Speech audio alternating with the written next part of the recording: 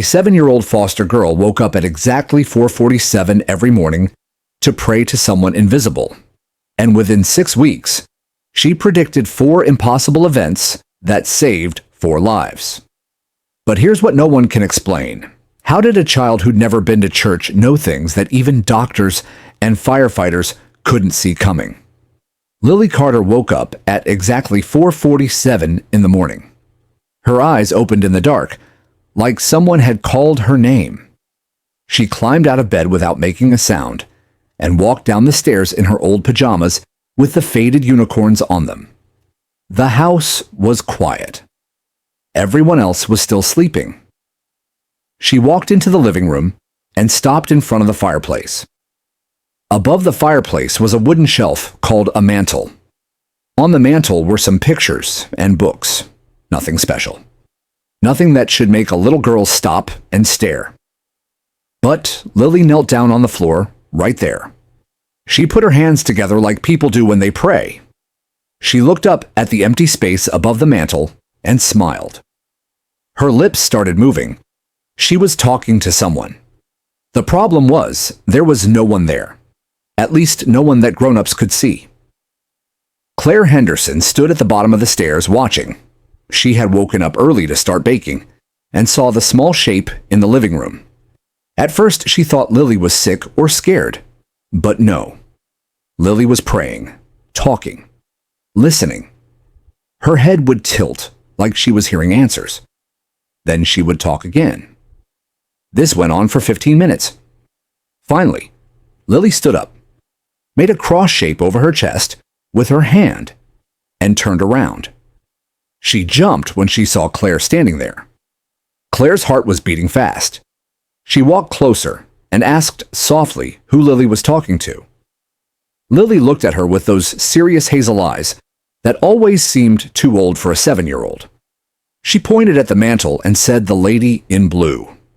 The lady who comes every morning. The lady who tells her important things." Claire felt cold even though it was warm in the house. She looked at the mantel. Just pictures, just books, nothing else. But Lily saw something. Lily saw someone. And that someone had told her that Claire and her husband David were good people. That Lily was safe here. That she didn't have to be afraid anymore. Lily had only been living with the Henderson family for 3 weeks. Before that, she had been in 4 different foster homes in 2 years. The social worker said Lily had behavior problems. She didn't talk much. She had nightmares. She was difficult. The last family said they couldn't handle her anymore.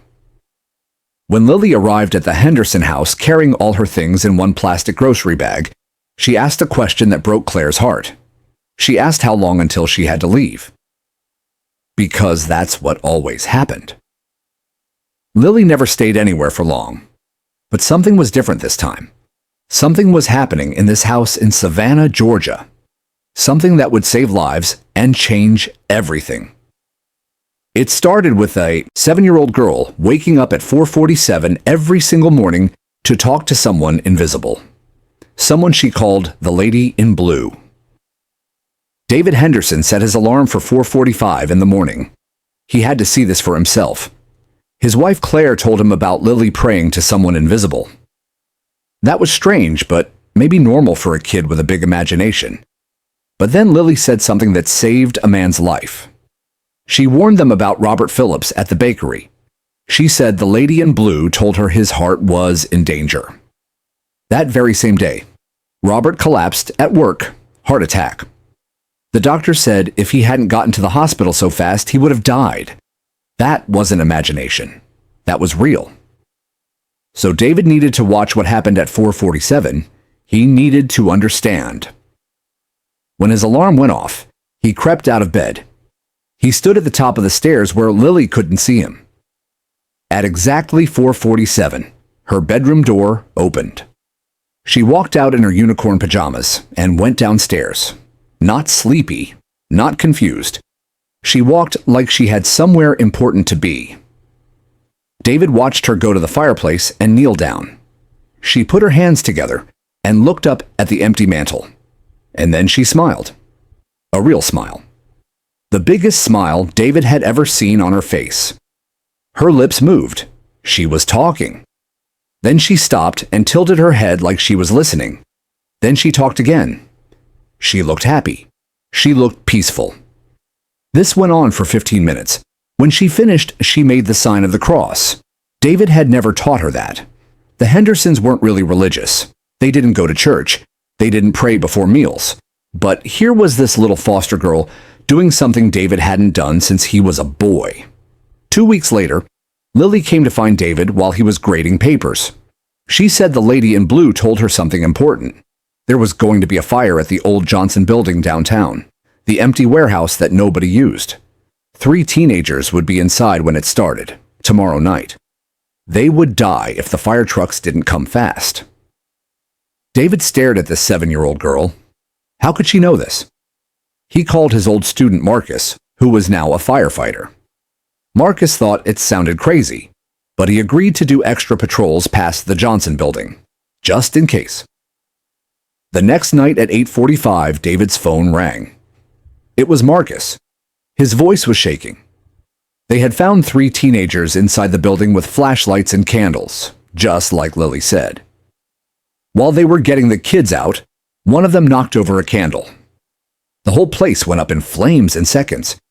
If the firefighters hadn't been there, those kids would have burned to death. David's hand shook, holding the phone.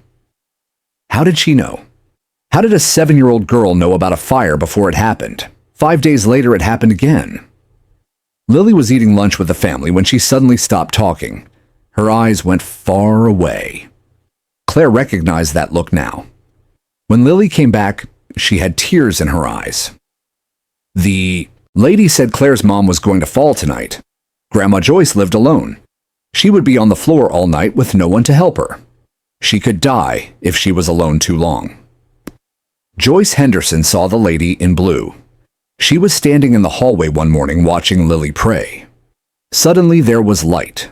Soft blue light, like moonlight, but warmer. And in that light, Joyce saw a woman wearing a blue dress.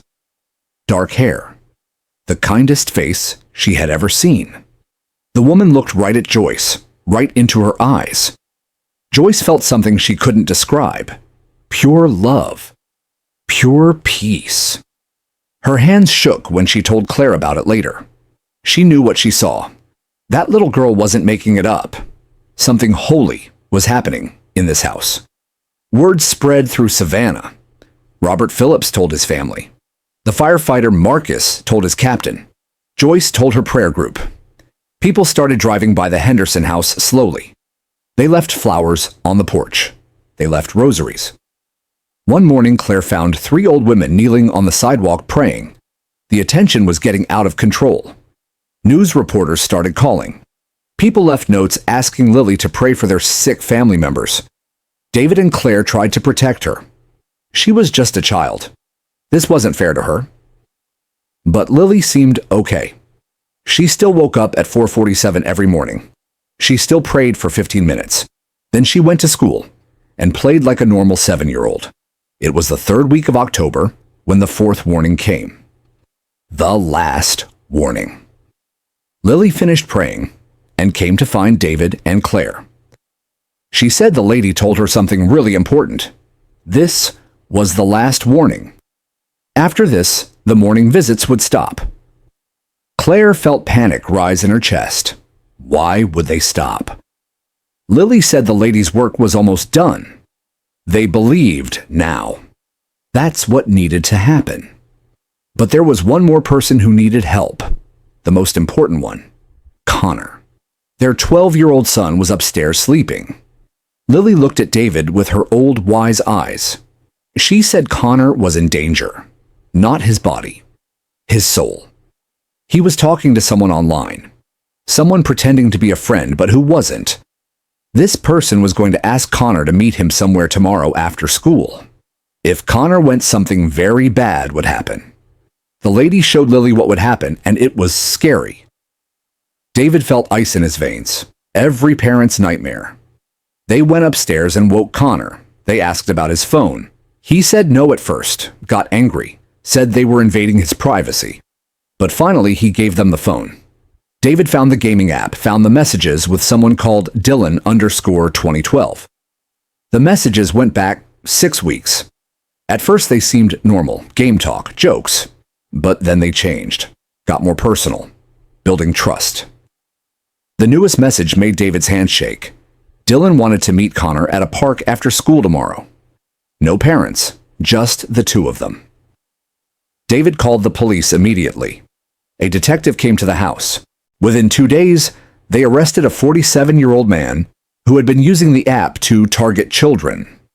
The detective said if Connor had gone to that meeting, the outcome would have been devastating. The adoption papers were signed on a cold morning in March, almost exactly 1 year after Lily first arrived.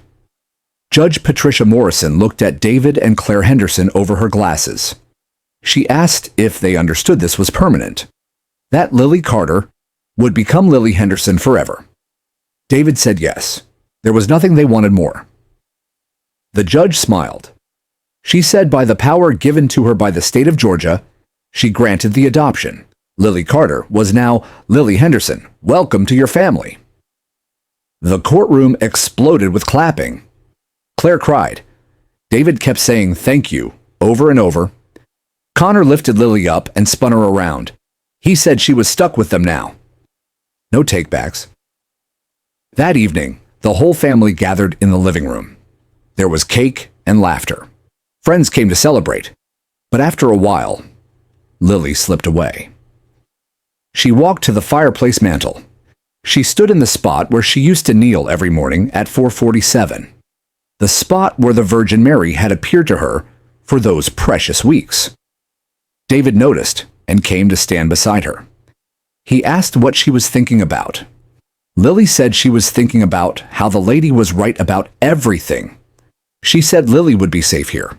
She said Lily would have a real family. She said David and Claire would love her forever. And she was right about all of it. That night after everyone went home, the Henderson family gathered one more time. Together they knelt in front of the mantel, where so much had happened. David led them in prayer. He thanked the Virgin Mary for bringing Lily to their home, for the warnings that saved lives, for teaching them to have faith again, for making them a family. Claire thanked her for choosing them, for trusting them with the messages and with this precious child. Connor thanked her for giving him a sister, and Lily whispered, "Thank you for bringing me home." A warm breeze moved through the room, even though all the windows were closed. The smell of roses filled the air, sweet and perfect. For just a moment they all felt it, the presence of something holy, something loving, something watching over them. The Virgin Mary had done her work in Savannah. She saved 4 lives, Robert from his heart attack, 3 teenagers from a fire, Joyce from dying alone on the bathroom floor, Connor from a predator. But maybe her greatest miracle was the 5th life she saved.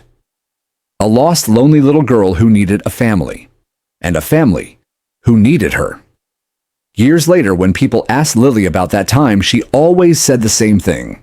She was chosen to be a messenger, not because she was special, but because she was willing to listen and because she was in a family who loved her enough to believe. That's the real miracle. Not just seeing the Virgin Mary, but having people who trusted what she saw.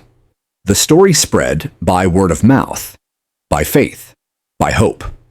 The story of a foster girl who woke at dawn to talk with the Virgin Mary. The story of 4 warnings that saved lives. The story of a family changed by belief.